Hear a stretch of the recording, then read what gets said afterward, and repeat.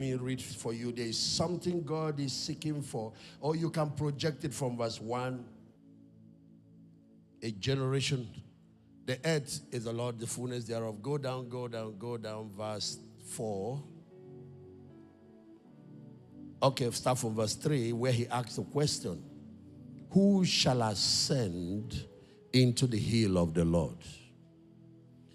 Who shall stand in his holy place? These are questions. God didn't say it's Ada, it's James. He threw it open so that you can find the qualifications and become the person. Men that carry God's presence, men that literally carry God in their generation. They live in a way that they can bring heaven down on earth because they're in touch with it.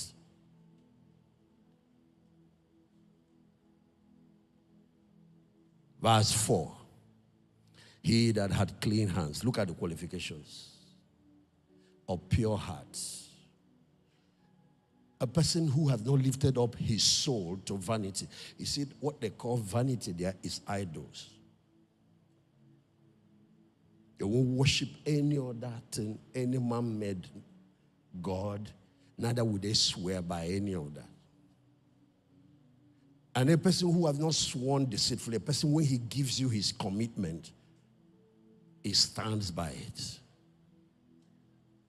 It's a generation of covenant keepers. Verse 5. This kind of person shall receive a blessing from God. Not only that you will prosper, God is going to so bless you.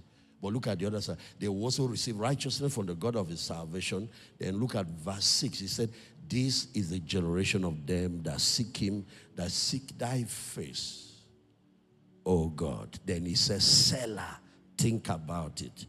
Meditate on it. The man writing it down belongs to this group, a generation of them that seek him. His name is David. We are Davidic people.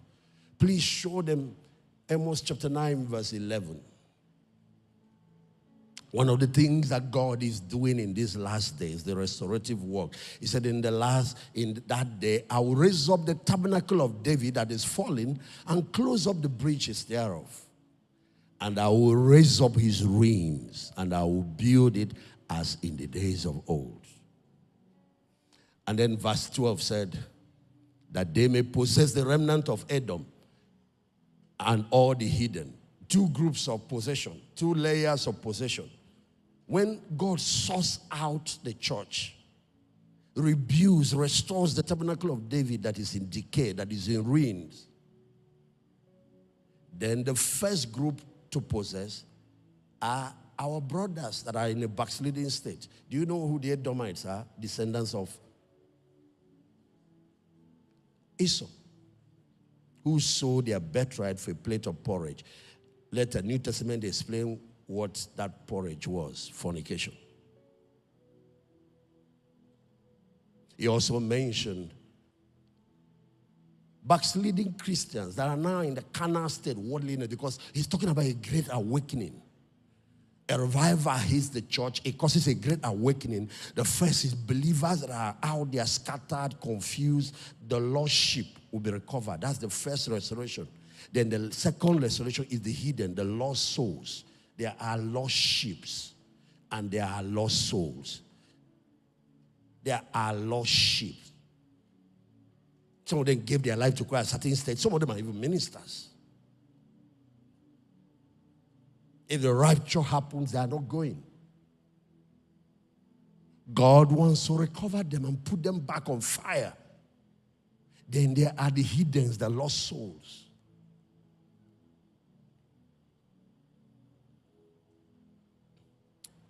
And all the hidden which are called by my name, said the Lord that does this thing. I wish I can read further.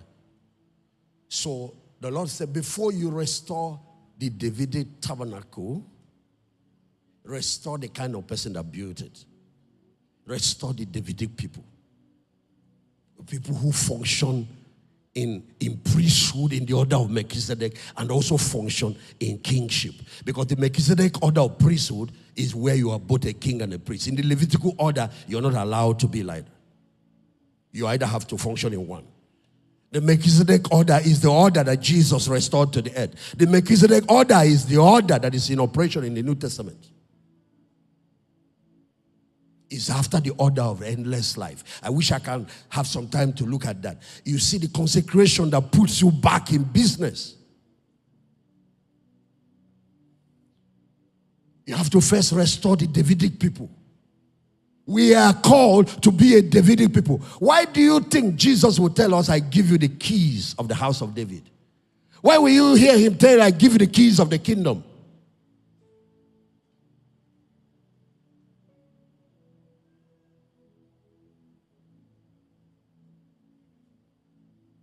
A Davidic people is a generation of God seekers. They thirst and cry after God's presence. There are men, like David wrote, he said, as the deer pants for the water, so pants my soul after you. You know why that man will not be happy or content that the ark of God was dwelling, even when he was in the house of Obed-Edom, or even when he was in the other place? He will not stay. He said, I have to bring him to the city of David. The first attempt, he got it wrong. Somebody died. He got frightened until they did enough inquiry to find the pattern. That's David for you. Jesus is sometimes called David in prophecy. He's a typical example of a Davidic person. One of the qualities of a Davidic people is that they are men after God's heart who will do all my will. Jesus said, I came from heaven not to do my own will, but the will of him that sent me. That's why we're there with a crucified life, so that we can get a generation of people like that, who don't care about their own ambition, who don't care about self-glory, who don't care about self-seeking. What drives them is to please God. What drives them is to see his name glorified.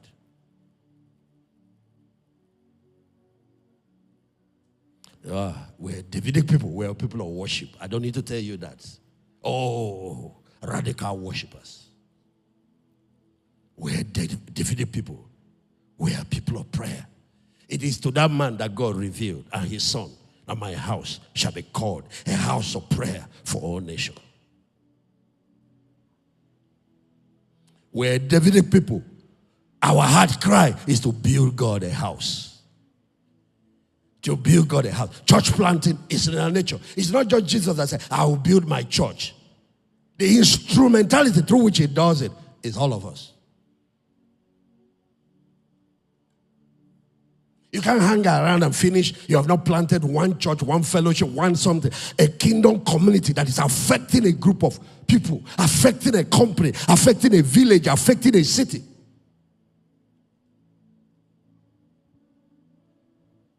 Oh, we are Davidic people. We are people of sacrifice.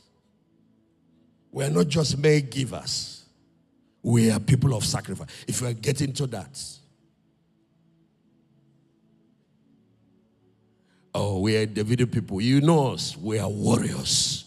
We are men and women of faith. We don't fear Goliath because of our ability to stand in the presence of God, our deep walk with God. Goliath does not intimidate us because the presence of God will bring down every mountain. It will bring down every giant.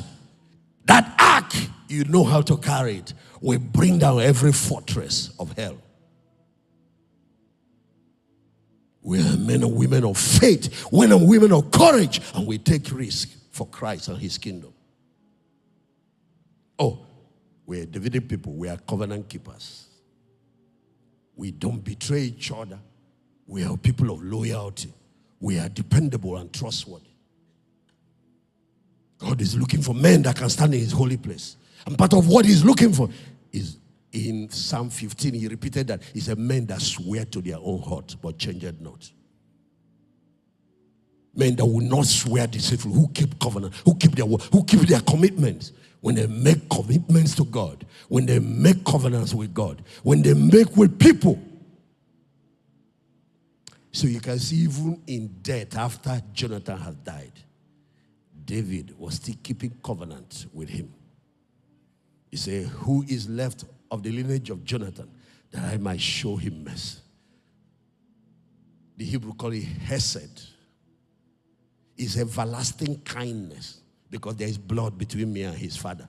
And they found a crippled man named Mephibosheth. That's how we are.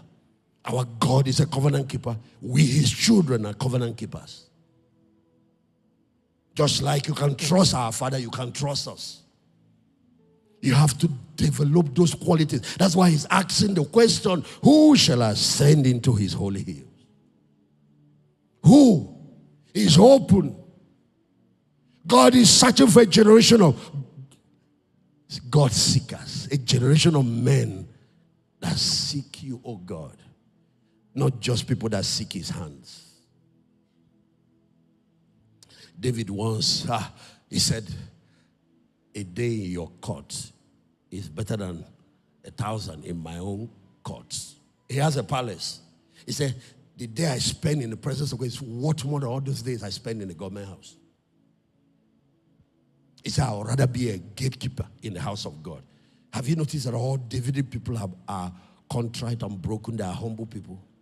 They are not proud. They are needy. They are contrite. That's why they attract his glory. That's why God said, I love David. I found him, my servant. With my holy oil have I anointed him. That is part of the restoration of the tabernacle of David. First, you restore the human beings. Then before you start talking about other dimensions, the priesthood has to be restored. The kingship has to be restored.